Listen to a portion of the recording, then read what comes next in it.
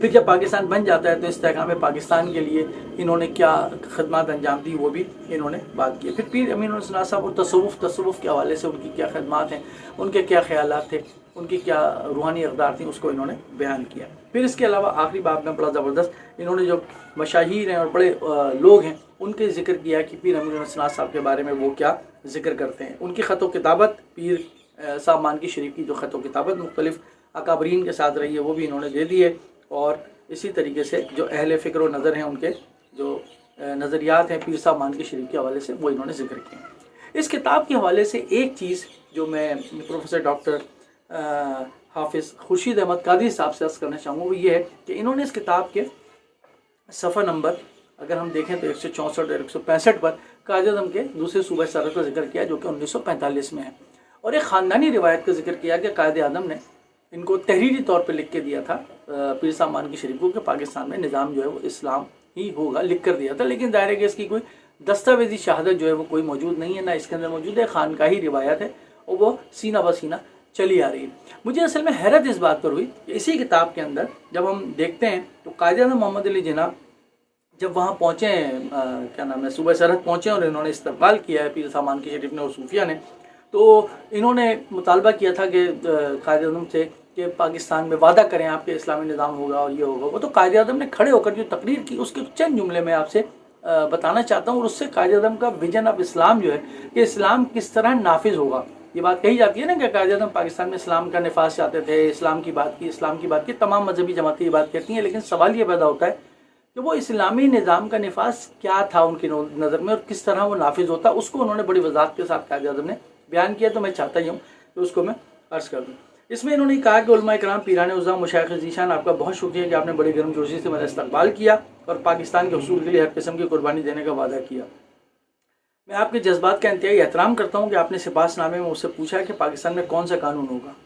مجھے آپ کے اس سوال پر سخت افسوس ہوا ہے، یہ قائد اعظم محمد علی جناح کہہ رہے ہیں، مجھے آپ کے اس سوال پر سخت افسوس ہوا ہے کہ آپ مجھ سے دریافت کر رہے ہیں کہ پاکستان میں کون سا قانون ہوگا۔ میں آپ کو بتا دینا چاہتا ہوں کہ مسلمانوں کا ایک خدا، ایک رسول، ایک قرآن ہے، یہی قرآن مسلمانوں کا قانون ہے، ٹھیک ہے۔ اس کے بعد قائد اعظم نے بڑی اہم بات کی،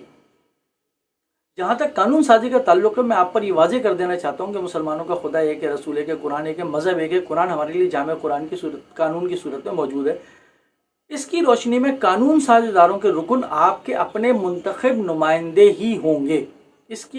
یہ مسلمان ہی ہوں گے، لہذا آپ کے مسلمان نمائندے کوئی دوسرا قانون جو اسلام کے خلاف ہوگا کس طرح بنا سکیں گے، وہ کبھی ایسا نہ کر سکیں گے، اور مجھے یہ امید ہے کہ پاکستان کی دستور ساز اسمبلی کوئی ایسا قانون پاس نہیں کرے گی جو اسلام کے خلاف ہو۔ آخر قوم اپنے منتخب نمائندوں سے باس پرس بھی تو کر سکے گی۔ تو بات اصل میں یہ ہے کہ قائد اعظم محمد علی جناح اگر پاکستان میں اسلامی نظام کا، قرآن کے نظام کا نفاذ بھی چاہتے تھے تو وہ پارلیمنٹ کے ذریعے چاہتے تھے، اور ان کا اس بات پر یقین تھا کہ جو پارلیمنٹ کے نمائندے ہوں گے، چونکہ پاکستان میں اکثریت تقریباً 95-96% مسلمان ہیں، تو اکثریتی نمائندے بھی مسلمان ہی ہوں گے۔ تو یہ کیسے ممکن ہے کہ 95-96% مسلمان جب پارلیمنٹ میں پہنچیں تو وہ کوئی ایسا قانون بنا دے جو اسلام کے اور قرآن مجید کے اور اسلام کے بنیادی مسلم اصولوں کے خلاف ہو۔ اور وہ یہ کہتے ہیں کہ اگر ایسا ہوتا بھی ہے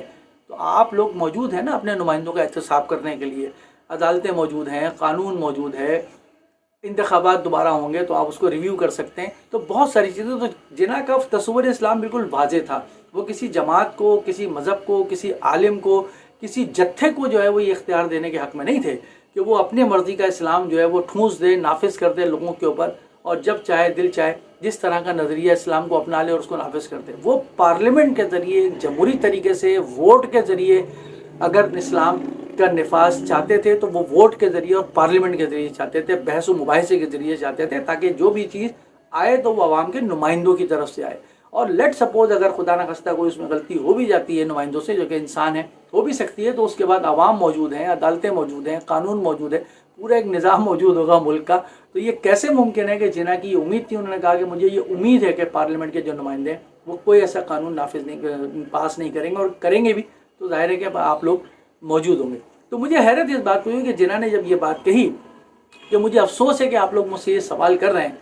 اور مسلم لیگ تو قانون نہیں بنائے گی، قانون تو جو ہے پارلیمنٹ کے نمائندے بنائیں گے، اس کے اندر یہ بھی موجود ہے، تو یہ بات کیسے ممکن ہے کہ اس کے بعد قائد اعظم ریٹن میں لکھ کر دے دیں کہ پاکستان میں ضمانت میں دیتا ہوں کہ پاکستان میں جو ہے وہ نظام اسلام نافذ ہوگا. یہ خاندانی روایت ہے. خورشید احمد قادری صاحب کو اس پر تھوڑا سا کام کرنا چاہیے. اگر یہ خاندانی روایت ہے تو اس کو بالکل واضح کر دینا چاہیے کہ یہ خاندانی روایت ہے اور اس کا کوئی دستاویزی ثبوت موجود نہیں ہے. گو کہ 3-4 لوگوں کے نام لکھیں گے فلاں فلاں فلاں